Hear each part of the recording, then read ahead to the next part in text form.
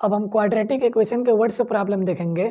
Word से problem को solve करने का तरीका ये है कि सबसे पहले हमें वर्ड से प्रॉब्लम को एक बार, दो बार, तीन बार पढ़ना चाहिए, उसके कॉन्सेप्ट को समझना चाहिए, उसका कॉन्सेप्ट समझकर फिर हम इक्वेशन बनाएंगे, उसके बाद हम उसे सॉल्व करेंगे। तो इसको समझने के लिए हम एक क्वेश्चन ले रहे हैं। क्वेश्चन हमारा ये है, the sum of the reciprocals of Rahman's age in years 3 years ago and 5 years from now is 1/3, find his percentage। यानी कह रहे कोई रहमान, कोई मैन है, कोई आदमी है, उसके 3 साल पहले की जो एज थी और जो 5 साल बाद की एज है, दोनों का रेसिप्रोकल क्या होता है? उल्टा होता है। जैसे मैं बोलूँ 2 का रेसिप्रोकल 1/2 होता है, 3 का रेसिप्रोकल 1/3 होता है। किसी भी नंबर का रेसिप्रोकल अगर हमें फाइंड करना रहे तो उसका 1 हम कर देंगे तो वह उसका रेसिप्रोकल रहेगा। Example, reciprocal of 5 is equal to 1/5, reciprocal of 7 is equal to 1/7। Okay, तो रेसिप्रोकल का मतलब 1 हम कोई भी नंबर लगा देते हैं, वो उसका रेसिप्रोकल रहता है। तो कह रहे क्वेश्चन ये कि रहमान की जो 3 साल पहले की एज है उसका रेसिप्रोकल और जो 5 साल बाद, अब से जो 5 साल बाद उसकी एज होगी, उसके रेसिप्रोकल, दोनों के रेसिप्रोकल का सम जो है 1/3 है। तो हमें उसकी परसेंटेज निकालनी है। तो ऐसे क्वेश्चन को हम एक बार, दो बार पहले पढ़ेंगे, उसके बाद देखेंगे क्या क्वेश्चन कह रहा है। तो अब यहाँ पे हम सॉल्यूशन किए। Solution, let his percentage is equal to x years. उसकी परसेंटेज को हम x कर लिए। तो जब उसकी परसेंटेज x है, यानी इस टाइम जो उसकी एज है x है, तो 3 साल पहले कितनी होगी उसकी? x - 3 होगी, यानी 3 साल कम हो जाएगी। और 5 साल बाद कितनी होगी? x + 5 हो जाएगी, उतना जुड़ जाएगा। तो बाद की एज के लिए हम परसेंटेज में उतना ऐड करते हैं, और जब पहले की एज निकालनी रहती है, बिफोर एज निकालनी रहती है, तो हम परसेंटेज में उतना माइनस करते हैं।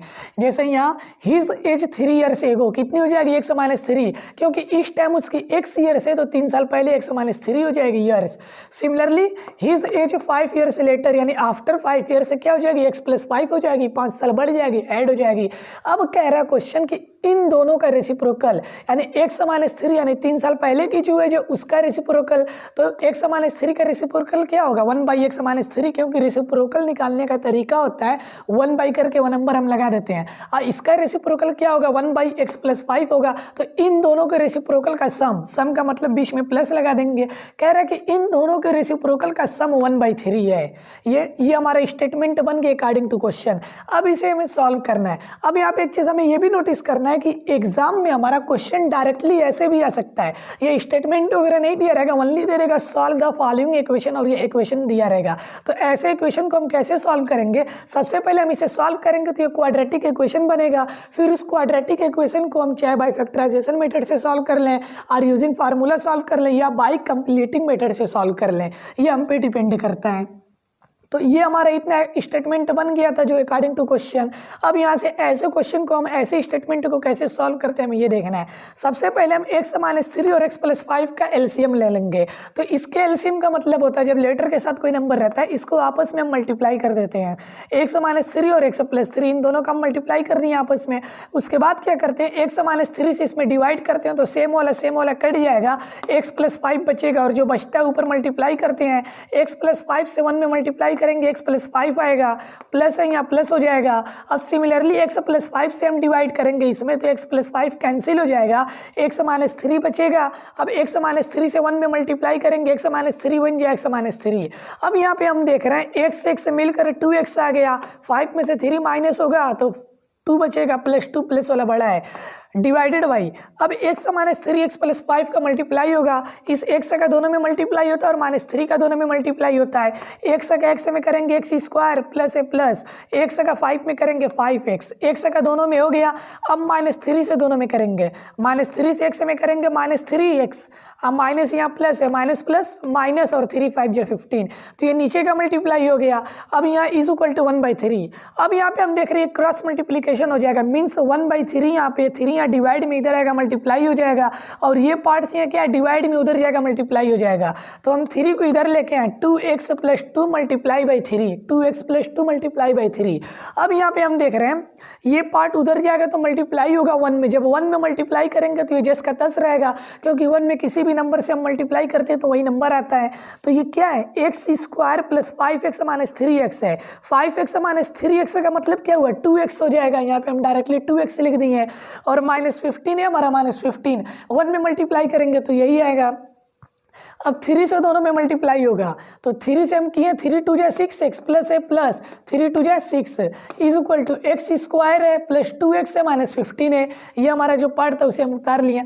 अब इस सारे पार्ट्स को हम उधर ट्रांसफर कर लिए, तो जब ये दोनों प्लस में उधर जाएगा तो माइनस हो जाएगा, तो इधर 0 बचेगा। 0 is equal to x square है प्लस 2x है माइनस 15 है। ये 6x प्लस में इधर गया माइनस 6 हो गया, 6x हो गया प्लस 6 है तो इधर गया माइनस 6 हो गया।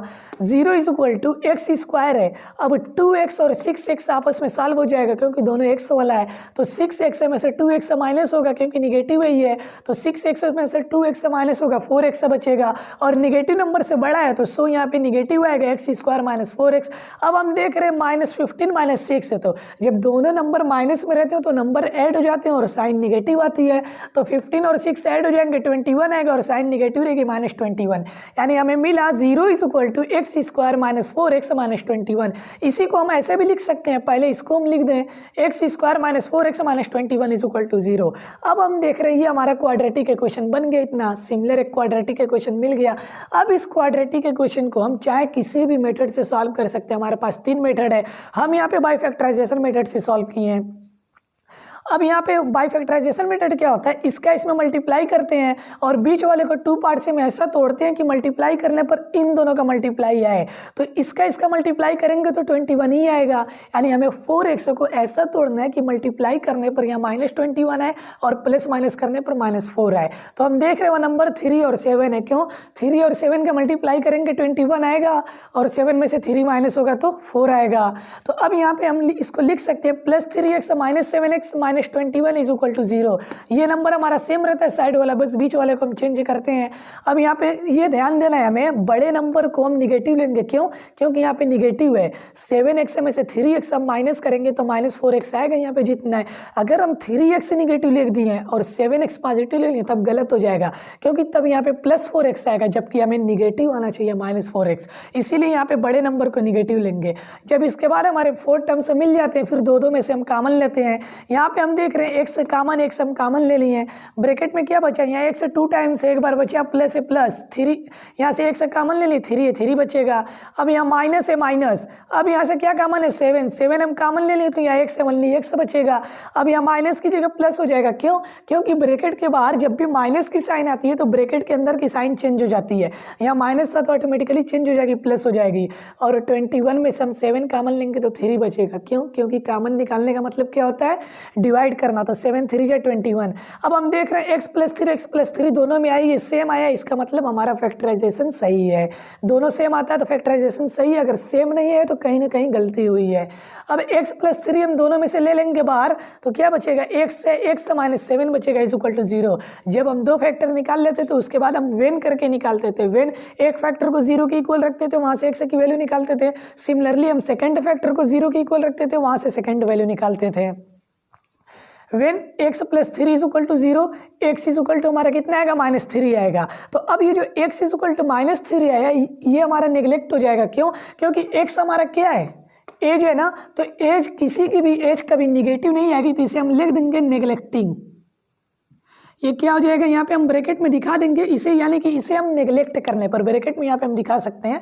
उसके बाद वेन x माइनस 7, अब सेकंड फैक्टर को 0 के इक्वल पुट करेंगे तो when x minus 7 is equal to 0, तो x इज इक्वल टू हमारा क्या आएगा 7 आएगा। अब यहाँ पे ये पॉजिटिव आया तो यही हम लेंगे, इसको तो नेग्लेक्ट कर देंगे, निगेटिव आया तो हम x इज इक्वल टू 7 लेके चलेंगे। और x हमारा क्या था, उसकी परसेंटेज थी, so his percentage means Rahman सकी, so his percentage is equal to 7 years, और ये हमारा आंसर है।